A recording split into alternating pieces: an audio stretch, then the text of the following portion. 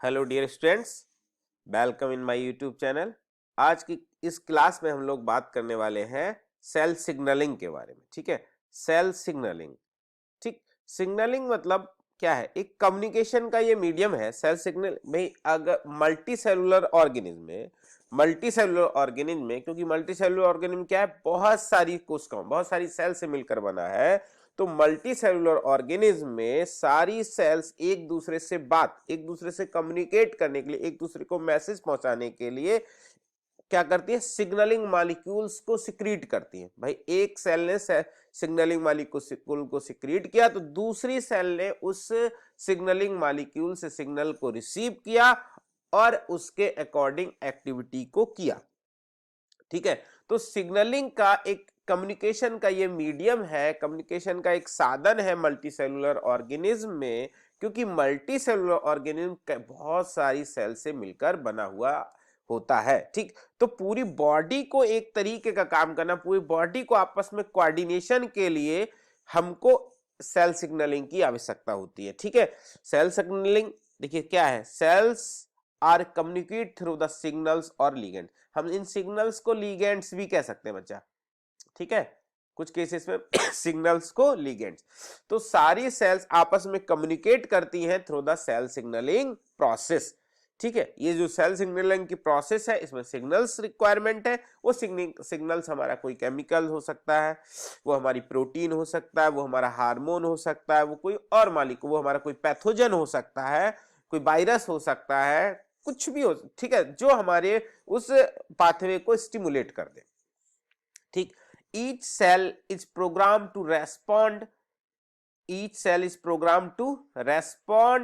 to specific extracellular signal molecule। Specific हर cell क्या होती है? प्रोग्राम्ड होती है किसी पर्टिकुलर सिग्नल के अगेंस्ट रेस्पॉन्स करने के लिए। ठीक है, extra cellular signalling involves following step. पहले क्या होगा? Synthesis and release of signalling molecule by the signalling cell. जैसे ये सिग्नलिंग सेल है, ये हमारा क्या है? सिग्नलिंग सेल है। ये क्या है? Signalling cells. ठीक, तो ये सिग्नलिंग सेल्स का ये न्यूक्लियस होगा। ये अपना एक सिग्नलिंग मॉलिक्यूल को क्या करेगी? ये सिग्नलिंग मॉलिक्यूल इसका बन जाएगा। ये सिग्नलिंग मॉलिक्यूल जब बन जाएगा तो ये सेल्स क्या है?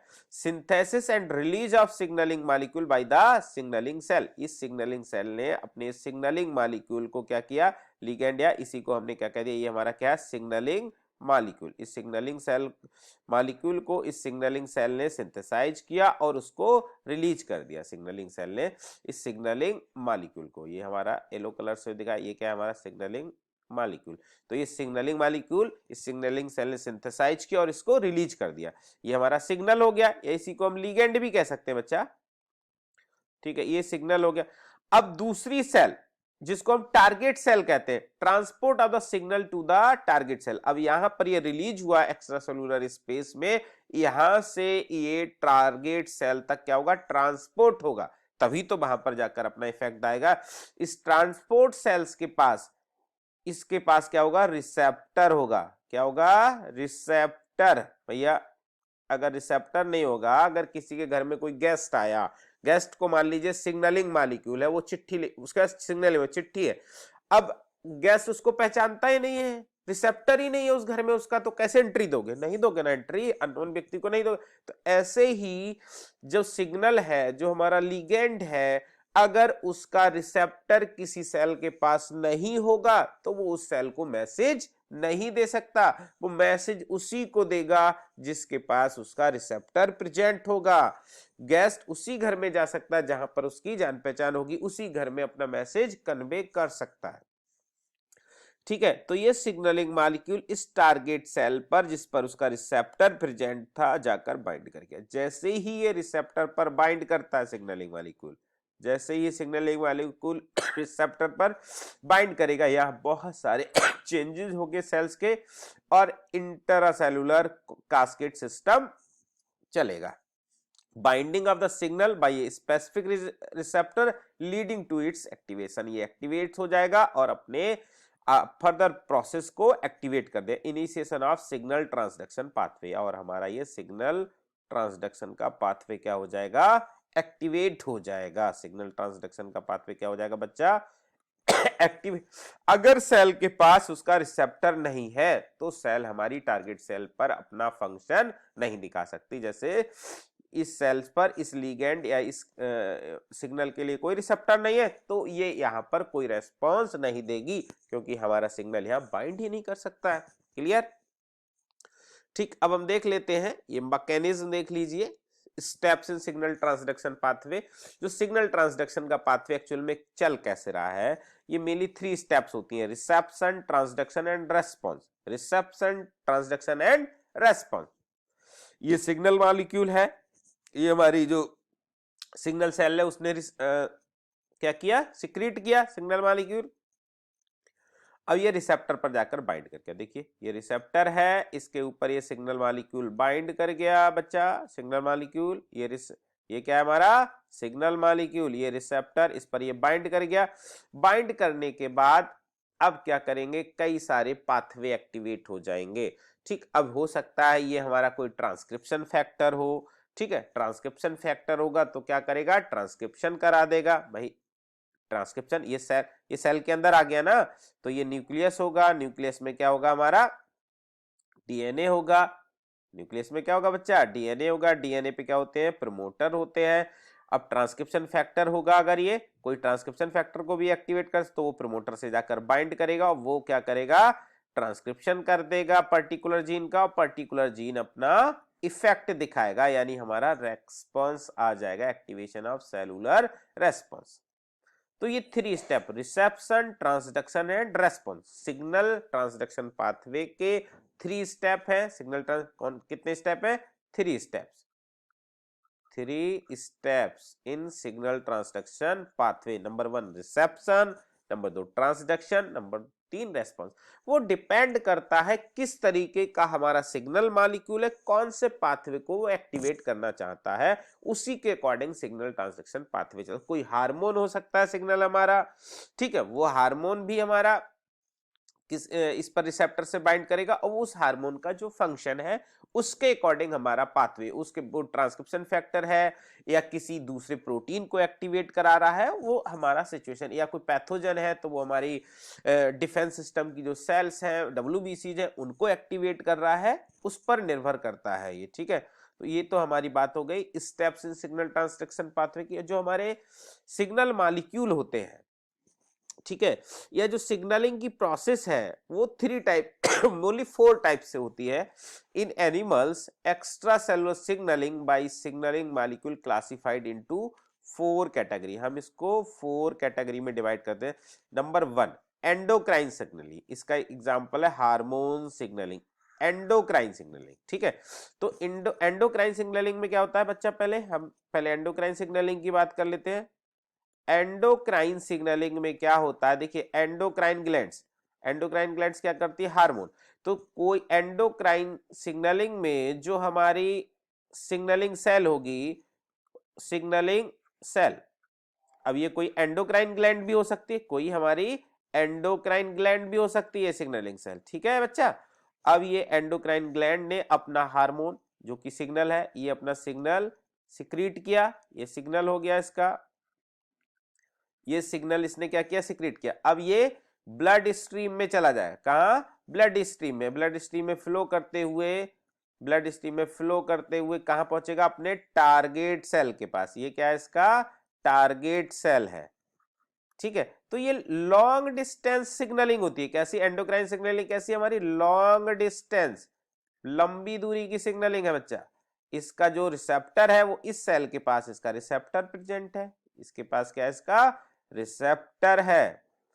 तो ये सिग्नल मॉलिक्यूल इस रिसेप्टर पर बाइंड करेगा जाकर टारगेट सेल के, और अपना रेस्पॉन्स देगा। ठीक है, तो हमको ध्यान रखना बच्चा, endocrine signalling long distance signalling है। कैसी, लॉन्ग डिस्टेंस सिग्नलिंग है। जो सिग्नलिंग सेल है उसने सिग्नल मॉलिक्यूल को सिक्रीट किया, वो ब्लड स्ट्रीम के थ्रू मूव करते हुए कहां पहुंच जाएगा, टारगेट सेल पर पहुंच जाएगा। ठीक है, यानी endocrine signalling is a long distance signalling. signaling molecule secreted by the signaling cells and transport through the blood stream and reach their target cell and bind to the receptor। ठीक है, तो ये तो बात हो गई हमारी एंडोक्राइन सिग्नलिंग की। अब बात करते हैं हम नंबर 2 पैराक्राइन सिग्नलिंग। ठीक है, पैराक्राइन सिग्नलिंग, पैराक्राइन सिग्नलिंग का एग्जांपल होता है न्यूरोट्रांसमिशन या न्यूरोट्रांसमीटर सिग्नलिंग एंड सिनेप्स। ये क्या होता है पैराक्राइन में, क्या होता है नियरेस्ट जो दोनों सेल होती हैं हमारी सिग्नलिंग सेल और हमारी टारगेट सेल, उनके बीच में डिस्टेंस कम होती है। ये हमारी सिग्नलिंग सेल हो गई और ये हमारी टारगेट सेल हो गई बच्चा। ठीक है, तो ये सिग्नलिंग सेल ने क्या किया, सिग्नलिंग मॉलिक्यूल को सिक्रीट किया और ये सिग्नलिंग मॉलिक्यूल हमारी टारगेट सेल पर इसका रिसेप्टर प्रेजेंट है, ये यहां जाकर बाइंड कर गया। ठीक है, तो यहां पर डिस्टेंस कम है, देखिए नियरेस्ट सेल्स पर। पैराक्राइन में क्या होता है नियरेस्ट सेल। ठीक, पैराक्राइन सिग्नलिंग ये हो गई, तो इसका एग्जांपल न्यूरोट्रांसमिशन हो गया। क्लियर। नेक्स्ट है हमारा autocrine signalling, number 3 autocrine signalling. Autocrine signalling में क्या है, ये सेल है, इस सेल ने ही हमारा सिग्नलिंग मॉलिक्यूल सिक्रीट किया ऑटो और अपनी सेल्स को खुद ही स्टिमुलेट कर दिया, उसी का उसका रिसेप्टर उसके पास खुद ही प्रेजेंट था। ठीक है, तो ये हमारी क्या हो गई autocrine signalling. Clear, autocrine signalling होगी बच्चा। ठीक, नेक्स्ट है हमारी जक्स्ट्राक्राइन सिग्नलिंग। जक्स्ट्राक्राइन सिग्नलिंग या इसको हम नॉच सिग्नलिंग, ये क्लासिकल इसका एग्जांपल है हमारा। हाँ सॉरी, ये ऑटोक्राइन का एग्जांपल बताना भूल गया। ऑटोक्राइन का example antigen signalling T lymphocyte. T lymphocyte क्या होती है, एंटीजन के द्वारा एक्टिवेट होती है, वो एंटीजन खुद ही बनाती है और आगे हमारा डिफेंस सिस्टम में पार्टिसिपेट करती है। ठीक, नेक्स्ट है हमारा notch signalling and classical signalling. Notch signalling या क्लासिकल सिग्नलिंग में क्या होता है, जो सिग्नलिंग सेल होती है वो सिग्नलिंग सेल से जो सिग्नल मॉलिक्यूल है वो सिक्रीट नहीं हो पाता, उससे बाहर नहीं निकल, बस उसकी सरफेस पर आकर अटैच हो जाती है। ये देखिए, ये क्या सिग्नल मॉलिक्यूल है हमारा, ये सिग्नल मॉलिक्यूल इस सेल से डिफ्यूज होकर बाहर नहीं आ पा रहा है, ये इस सेल की सरफेस पर ही प्रेजेंट है। ठीक, अब रिसेप्टर सेल्स पर ये रिसेप्टर प्रेजेंट है, टारगेट सेल पर हमारी, ये हम टारगेट सेल कहते हैं सर। ठीक है, यहां पर अब लीगेंड सेल और रिसेप्टर सेल के ये रिसेप्टर और लीगेंड हमारा जो सिग्नल है वो आपस में अटैच होगा।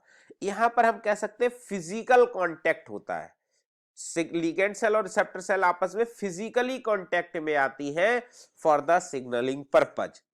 ठीक, यानी जो हमारी सिग्नलिंग सेल है वो सिग्नल मॉलिक्यूल को सिक्रीट नहीं कर पा रही जक्स्ट्राक्राइन सिग्नलिंग में। ठीक है, सिक्रीट नहीं कर पा रही। ठीक, तो रिसेप्टर सेल और हमारी लीगेंड सेल या सिग्नलिंग सेल का फिजिकल कांटेक्ट, यानी इसमें क्या होता है फिजिकल कांटेक्ट, ध्यान रखिए बहुत ही इंपॉर्टेंट इवेंट है फिजिकल कांटेक्ट।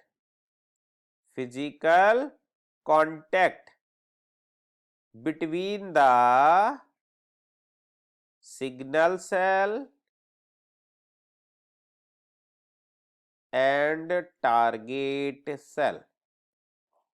ठीक है, तो यहां फिजिकल कांटेक्ट होगा बच्चा, ये इसका एग्जांपल दिया, ये डायग्राम दिया है। ठीक, तो यहां पर देखिए सिग्नल ये सरफेस पे ही रह गया, ये सिक्रीट नहीं हो पा रहा ना, तो रिसेप्टर सेल इनको आपस में कांटेक्ट होना जरूरी है। ठीक है, तो ये हमारा 4 टाइप का सिग्नलिंग हो गया, एंडोक्राइन, पैराक्राइन, ऑटोक्राइन, जक्स्ट्राक्राइन सिग्नलिंग। ठीक है, अब हम इसके एग्जांपल्स को थोड़ा सा डिटेल में देख लेंगे नेक्स्ट वीडियो में। यहां तक आपका बेसिक कॉन्सेप्ट मुझे लग रहा है सारे बच्चों का क्लियर हो गया होगा। अगर फिर भी कोई डाउट हो इससे रिलेटेड तो उसको कमेंट बॉक्स में कमेंट करके मुझे आप लोग बता सकते हो, मुझसे पूछ सकते हो, मैं आपकी प्रॉब्लम्स को सॉल्व करूंगा।